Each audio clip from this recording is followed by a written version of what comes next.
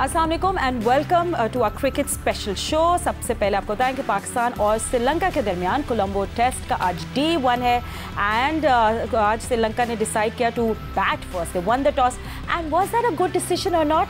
Well, not so interesting for them. हुई situation 166 पे Sri Lankan team was all out, all thanks to Naseem Shah, Abrar Ahmed जिन्होंने लिए 4 wickets and then Shaheen Shah Afridi who bagged 1 wicket and ने strike किया early on. But yes, you know, हम लोग इस पर ज़रूर डिटेल में बात करेंगे, बट ये सब कुछ थोड़े से आगे जाके।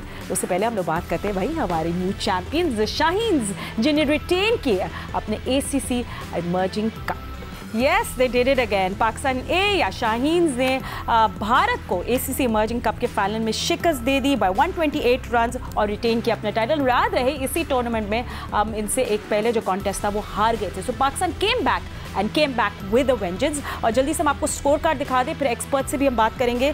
तो टारगेट जो गया पाकिस्तान ने, वो बैटिंग फर्स्ट 352 रन से का टारगेट दिया और तैयब ताहिर केम इन एट नंबर 4 एंड ज़बरदस्त रन उन्होंने बनाए 108 फ्रॉम 71। साइम अयूब की तरफ से contribution by 59 and Sahibzada Farhan 65 and Mubasir Khan ने बनाए 35। इनसे हमने देखा सबने चिप इन किया एंड कंट्रीब्यूट किया। मोहम्मद वसीम ने भी 16 एंड 1 बाउंड्री मेड 17 रन। पर वाइल चेजिंग हमने देखा कि पाकिस्तान ने डोमिनेट किया। They were on top with Sufiyan Muqeem जिन्होंने लिए 3 wickets for 66। He was definitely the star. Waseem junior ने 2 एंड मिरान मुनीब ने 2 विकेट्स हासिल की। एंड मोहम्मद हारिस ने आज बोला कि कल जीतने के बाद बोला कि हमने डिफरेंट कॉम्बिनेशन ट्राई किए और हम अपने बॉलर्स को, हमने इंडियन बैटर्स की बड़ी वीडियोस दिखाई थी। So did that work for them? Yes it did. हमारे एक्सपर्ट्स हमारे साथ ईगरली वेट करें, विल टॉक टू देम। मेरे साथ स्टूडियो पे मौजूद है former test cricketer Sikandar Butt, senior sports journalist Syed यार हुसैनी मेरे साथ मौजूद है। वीडियो कॉल में मेरे साथ है former test cricketer Abdul Razzaq, senior sports journalist Abdul Majid Bhatti and telephone line पे मुझे ज्वाइन किया है senior sports journalist Aliya Rasheed ने। Sikku, let's come to you first. I mean, जो पाकिस्तान ने किया ज़बरदस्त ओपनिंग स्टैंड दिखाई। You know, they came in on top, they were just too good with bat and ball. देखें, इंडिया को हरा के जो मज़ा आता है ना, वो किसी चीज़ में नहीं आता। और जब तो मैं उनको रोता हुआ देखता हूँ तो और ज़्यादा खुशी होती है। और ख़ास तौर पे मैं पिछले दिनों जब बांग्लादेश में उनकी ख़वातीन रो रही थी तो मैं बड़ा हंस रहा था बैठे के, यार वही हरकत वो वहाँ पे कर रहे हैं जो कि वो हमेशा करते हैं। जस्ट इमेजिन फातिमा, मैं हर एक को पूछना चाहता हूँ, अगर ये अहमदाबाद में मैच हो रहा था पाकिस्तान का और पाकिस्तान इंडिया का और ये रिज़ल्ट आ रहे होते तो क्या हशर होता? क्या स्टेडियम पे मैच कंप्लीट हो जाता? I doubt. तो इंडियंस जो हैं वो जो शिकस्त को ना अच्छी तरह हज़म नहीं कर पाते। तो ये मैच अगर मैं इमेजिन कर रहा था, मैं हंस रहा था बैठा कि यार अगर ये मैच अहमदाबाद में पाकिस्तान इंडिया का इस तरह हो, पाकिस्तान इस तरह उनको हरा रहा हो तो क्या हशर होगा वहाँ पर, इतना बड़ा स्टेडियम। तो वेरी वेल डन बॉयज़, बहुत ही ज़बरदस्त। और जैसे मैंने कहा कि जो भारत को हम हराने का मज़ा है वो किसी और चीज़ में नहीं आता। और इट वाज एक्सीलेंट परफॉर्मेंस और हम सबको आपने, you made us proud. It was a good comeback as well. हारने के बाद थोड़ा सा आप डर सहम जाते हो। It's a good wake up call. Yeah exactly. You know, and Razzaq आपके पास आएंगे क्योंकि नो ओपनिंग स्टार ने बड़ी अच्छी पार्टी स्टार्ट की, बट देन हम back to back wickets lose करने का हमने शुरू कर दी। So it's safe to say कि ये हफ्ता हमारे मिडिल ऑर्डर बैट्समैन के लिए रहा है, बिकॉज तैयब ताहिर केम इन और उनको पता था कि मैंने रिस्पॉन्सिबिलिटी के साथ खेलना है। उन्हें 107 रन बनाए and very good contribution from the lower order as well. Definitely Fatima, देखें ये क्रिकेट की खूबसूरती है कि जब आपका टॉप ऑर्डर अच्छा परफॉर्म करे तो उसमें उसके बाद मिडिल ऑर्डर की जिम्मेदारी बढ़ जाती है। और जिस तरह तैयब ताहिर ने इनिंग्स को लेकर चला है, जिस स्ट्राइक रेट से वो खेला है, ये सारा क्रेडिट तैयब ताहिर को जाता है। और ये टीम एफर्ट कहते हैं इसे। ज़रूरी नहीं कि आप ओपनर स्कोर करें तो आप मैच जीतें, आप मिडिल ऑर्डर स्कोर करें तो मैच जीतें। तो ये पूरा एक कंबाइंड आपकी एफर्ट थी। जिस तरह का स्टार्ट लिया पाकिस्तान के ओपनर्स ने, आउटस्टैंडिंग। और उसके बाद 2-3 विकेटें गिरने के बाद लग रहा था कि थोड़ा सा फिर कोई स्ट्रगल होगी, पर ये जिस तरह तैयब ताहिर ने मैच को लेकर चला है उसने बिल्कुल वन साइड मैच कर दिया कि 350 रन मैं समझता हूँ बड़ा मुश्किल हो जाता है ऐसी पिचों पे चेज करना। बिल्कुल। एंड आलिया आपके पास आते हैं। पाकिस्तान ने, you know, they really did bank on the conditions और वो ही बहुत ज़रूरी होता है। आप कंडीशंस को समझे, आप उन पे बैंक करें। You and you know, the spinners जब आए उन्होंने पूरा गेम चेंज कर दिया। जी बिल्कुल फातिमा, देखिए ये कॉम्प्रिहेंसिव विन थी एक्चुअली पाकिस्तान टीम की। मैं यहाँ पे मसरूर जो कोच हैं उनकी बहुत ज़्यादा तारीफ करूँगी। उनका एक स्टेटमेंट भी मैंने सुना जिसमें उन्होंने कहा कि हमने जो अपने तुरफ के कुछ पत्ते छुपा के रखे थे वो हम फाइनल में उन प्लेयर्स को हमने खिलाया और जिसका रिजल्ट हमें मिला। स्टार्ट अच्छा था, लेकिन जिस तरह क्रिकेट में अप एंड डाउन होती है उसी तरह का हमने देखा। लेकिन जो हम दूसरे मीडिया से पढ़ रहे हैं, सुन रहे हैं, उसमें इंडिया से बहुत ज्यादा क्वेश्चन इस चीज से हो रहा है कि टॉस जीत के उन्होंने कैसे जो है वो पहले बैटिंग दे दी। उनके जो कप्तान है उनको काफी ज्यादा जो है वो इस बात का क्रिटिसाइज किया गया। लेकिन हमारी टीम जिस तरह बैटिंग में, वाकई ये देखने वाली बात है कि ये टीम कॉम्बिनेशन कैसे खेलता है कि अगर ऊपर से कोई स्कोर नहीं कर रहा तो नीचे से कोई मिडिल ऑर्डर में करे। और जिस तरह ताहिर खेले हैं उनकी तो जितनी भी तारीफ करें वो कम है, लेकिन उसके बाद हमारे बॉलर्स की जो तारीफ है वो बहुत ज्यादा बनती है। खासतौर पे ये जो मुकीम है, जो एक चाइनामैन बॉलर आए हैं, हमारे ये नौजवान बॉलर जो हैं, ये अमेजिंग परफॉर्मेंस है। देखिए, एक इंडिया का मैच ऊपर से फाइनल, तो ये डबल प्रेशर है। हमें ये भी समझना है कि सिर्फ प्रेशर हम पे नहीं था, उन पे भी बहुत ज्यादा प्रेशर था। तो जिस तरह हमारे बॉलर्स ने एक्चुअली ये गेम बनाया और जितवाया, क्योंकि आप विकेटें लेते हैं तो आप जीतते हैं, ये फैक्ट है। तो तकरीबन वो 39 ओवर में तो खत्म हो चुका था जब 9 विकेटें उनकी गिर गई थी 224 के ऊपर इंडिया की। तो टोटल एक ये जो टीम परफॉर्मेंस है ना, इसको अप्रिशिएट करना चाहिए। क्रिटिसिज्म ये आता रहा है कि हमारे जो हैं वो बहुत सारे इंटरनेशनल खेले हुए प्लेयर्स जो हैं वो खेले हैं। देखिए, हमारे प्लेयर्स जो हैं वो T20 खेले हैं मोस्टली, और वो इतने ज़्यादा एक्सपीरियंस नहीं है। और दूसरा भी, ये कोई अंडर 19 टीम नहीं है, ए टीम है बेसिकली, इमर्जिंग। ठीक है, एक पाथ होता है जिसके ऊपर आप नौजवानों को ले जाते हैं, उनको एक इंटरनेशनल एक्सपोजर देता है जिससे उनका कॉन्फिडेंस बढ़ता है, मुख्तलिफ कंडीशन में खेलने की सलाहियत इंप्रूव होती है। तो इसी तरह ही हमारी भी टीम है, हमारी नेशनल टीम तो श्रीलंका में इस वक्त खेल ही रही है। तो जितने भी आपके पास प्लेयर्स हैं, आप उनको मुख्तलिफ पॉकेट्स में आप वो एक्सपीरियंस देते हैं। तो ये क्रिटिसिज्म बिल्कुल मुनासिब नहीं है। ठीक है, and as long as you're winning and bringing the trophy and retaining your trophy, we have no issues. But ठीक है, Alia, stay with us. हम लोग और भी बात करेंगे, but while you have to come to Yaya, and Yaya, you know, you look at this big score on the board और आप वैसे ही सोचते हो कि ओके मुझे कैलकुलेटिव होना है। बट इंडियन बैटर्स की या बैटिंग की बात करें, so I think only opening pair था, उन्होंने थोड़ा टफ टाइम दिया या थोड़ा फाइट किया, लेट्स से, बाकी they couldn't do anything। मुझे लग रहा था वो करीब आ जाएंगे 300 के, बट नहीं हुआ। देखिए फातिमा, जो क्रिकेट की तारीख में सबसे बड़ा स्कोर चेज हुआ है वो 434 चेज हुआ है अगेंस्ट साउथ अफ्रीका ने चेज़ किया था ऑस्ट्रेलिया के ख़िलाफ़, और ये वनडे क्रिकेट की तारीख का सबसे बड़ा स्कोर है। तो स्कोर बोर्ड पर 350 से जब ज़्यादा रन लग जाएं तो वैसे ही जो है वो कांपे टांगने लगती हैं, सामने वालों को कुछ नज़र नहीं आता। और इसमें कोई दो राय नहीं है कि हैरान किया इंडिया के कप्तान ने कल टॉस जीतकर एक बैटिंग पैराडाइज के ऊपर वो फील्डिंग करने के लिए चले गए। और जिस तरीके से सायम अयूब ने, साहबजादा फरहान ने पाकिस्तान को इनिंग की शुरुआत फराहम की, वाज़े लग रहा था कि इस पिच के ऊपर जो है वो आप रन्स के अंबार लगा सकते हैं, और हमारे बैट्समैनों ने वो करके दिखाया।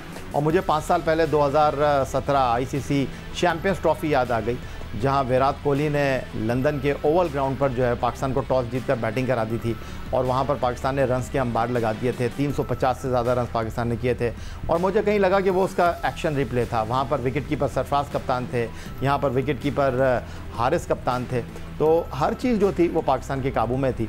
लेकिन वो कहते हैं ना कि हर चीज़ जब अच्छी हो रही हो तो आपको कुछ चीज़ों पर निगाह रखने की भी ज़रूरत होती है। इस टीम में 42 इंटरनेशनल मैच खेलने वाले मोहम्मद वसीम जूनियर मौजूद थे। फिर जो सबसे बड़ा सवाल है कि हमारी टीम में जो इस वक्त शाहनवाज धानी को कहते हैं कि जी हमारे फास्ट बॉलिंग का वो बैकअप है, उनकी फाइनल लाइनअप में जगह नहीं बनी। उनको आपने ड्रॉप किया क्योंकि 5 विकेटें अरशद इकबाल ने हासिल कर रखी थी, उनको आप बाहर बैठा नहीं सकते थे, तो अरशद इकबाल को आपने खिलाया। कंपटीशन बहुत टफ था, और 2019 में हम last time emerging Asia cup cricket tournament जीते थे। यहाँ क्रेडिट आपको देना होगा मोहम्मद मसरूर को, जो अब डावन टीम लेकर जा रहे हैं विकेट कीपर रोहेल नज़ीर की क़यादत में पाकिस्तान टीम को। और उनके साथ एक बैड लक हो गई, वो अभी कोलंबो से निकले थे, दुबई आ रहे थे, दुबई से कराची। उनको ये खबर मिली कि उनके वालिद जो हैं वो दुनिया में नहीं रहे, तो उनके लिए हमारी नेक ख्वाहिशात हैं, उनके ख़ानदान को अल्लाह ताला सब्र जमील अता करे। और क्योंकि सिर्फ एक दिन के लिए मसरूर जो है वो कराची आ रहे हैं, उसके बाद वो टीम के साथ ट्रैवल कर रहे हैं ऑस्ट्रेलिया। तो मसरूर इससे पहले ग्रास रूट लेवल पर बहुत अच्छा काम करते रहे हैं, कराची किंग्स के साथ कोचिंग स्टाफ में वो शामिल हैं।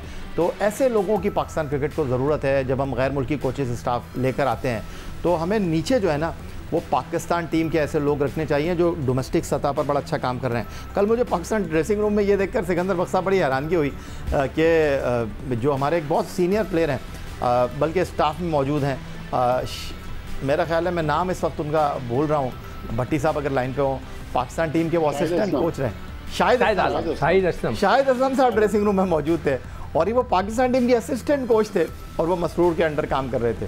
तो बहरहाल वक्त बदलता है, आसमान रंग बदलता है, आसमान कैसे कैसे, बट कांग्रेचुलेशंस पाकिस्तान टीम में। और जी जी जी बोले या वो मसरूर तो ऑफिशियली कोच हैं, शाहिद असलम ऐसी सपोर्ट के लिए चले गए होंगे, मगर ये कि मैनेजर हैं पाकिस्तान टीम जूनियर के इमर्जिंग के जी इमर्जिंग टीम के मैनेजर हैं। तो बहुत ही अच्छी बात है। Anyway. ठीक है भट्टी साहब, हम लोग सब तैयब ताहिर की बात कर रहे हैं, मगर ऑब्वियसली हमें बात करनी चाहिए जो द स्टार थे सुफियान मुकीम, और फिर ऑफ कोर्स उनको सपोर्ट किया मेहरान और मुबशिर खान ने। ये तीनों के बारे में अब ज़्यादा चर्चा और ये बातें कर रहे हैं, इंडियन मीडिया में भी हम देख रहे हैं कि क्यों इंडियन बैटर्स इनको खेल ही नहीं पाए। देखिए फातिमा, पाकिस्तान क्रिकेट बोर्ड का एक सिस्टम है कि कोई अंडर 19 प्लेयर अगर फर्स्ट क्लास क्रिकेट खेल जाए और अगले साल वो दोबारा अंडर 19 खेलना चाहे तो उसको फिर अंडर 19 क्रिकेट में अलाउ नहीं करते कि आप फर्स्ट क्लास क्रिकेट खेल चुके हैं, लिहाजा आप अब अंडर 19 में नहीं जा सकते। ये कब से रूल बना है भट्टी साहब? ये मेरा ख्याल पिछले दिनों एक केस आया था, जब मैंने उसको देखा, मालूम किया क्रिकेट बोर्ड से, तो सिक्को भाई बताया गया कि इस टाइप का कानून है। नहीं, तो जब मैं खेला था मुझे पूरा याद है कि मैं पूरा सिंध से, जो ज़हीर अब्बास हमारे कप्तान थे, मैं पूरा सीज़न खेला था। फिर पाकिस्तान अंडर 19 में सेलेक्ट हुआ था, जहां जावेद मियादाद कप्तान थे हमारे, और हमने श्रीलंका के साथ सीरीज जीती थी जाकर। सर जान की अमान पाऊँ तो अर्ज करूँ, आप तो निफ्स सदी पुराना किस्से की बात कर रहे हैं, 50 साल पहले आप खेले थे सर, अब तो तब्दीलियाँ हो गई हैं। अच्छा ठीक है, ये वो गरीब रूल, अगर रूल है तो ये बहुत ही गलत रूल है। But Sikko, I will give you time to talk about that, but please Bhatti साहब आप कंटिन्यू करें। फातिमा, मैं ये कह रहा हूँ कि हम इन्हीं प्रोग्रामों में तैयब ताहिर की बात करते रहे, वो पिछले 3-4 सीजन से मुसलसल स्कोर कर रहे थे। अब हमने ए टीम में 29 साल की उम्र में अगर तैयब ताहिर को भेज दिया तो मेरे ख्याल में कोई हमें लाइन तो ड्रॉ करनी होगी ना, कि आप 29 साल के प्लेयर को अगर पाकिस्तान की ए टीम में भेज रहे हैं तो इसका मतलब पास्ट में तैयब ताहिर को पाकिस्तान के लिए खेल जाना चाहिए था। वो तब खेले जब उन्होंने कराची किंग्स से PSL में परफॉर्म किया, उसके बाद वो आए।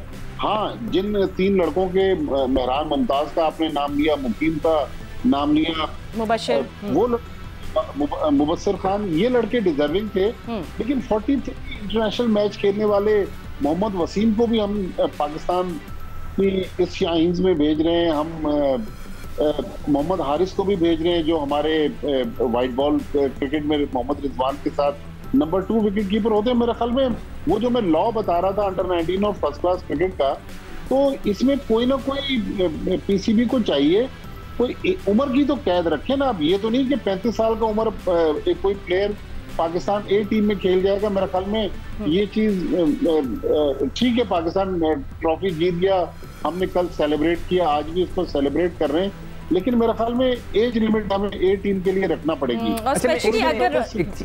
एक चीज़ ऐड करना चाहता हूँ भट्टी साहब, आप जो बात कर रहे हैं, हमें नौजवानों को प्रमोट करने वाली बात हो रही है ना, यही बात हो रही है ना इस वक्त।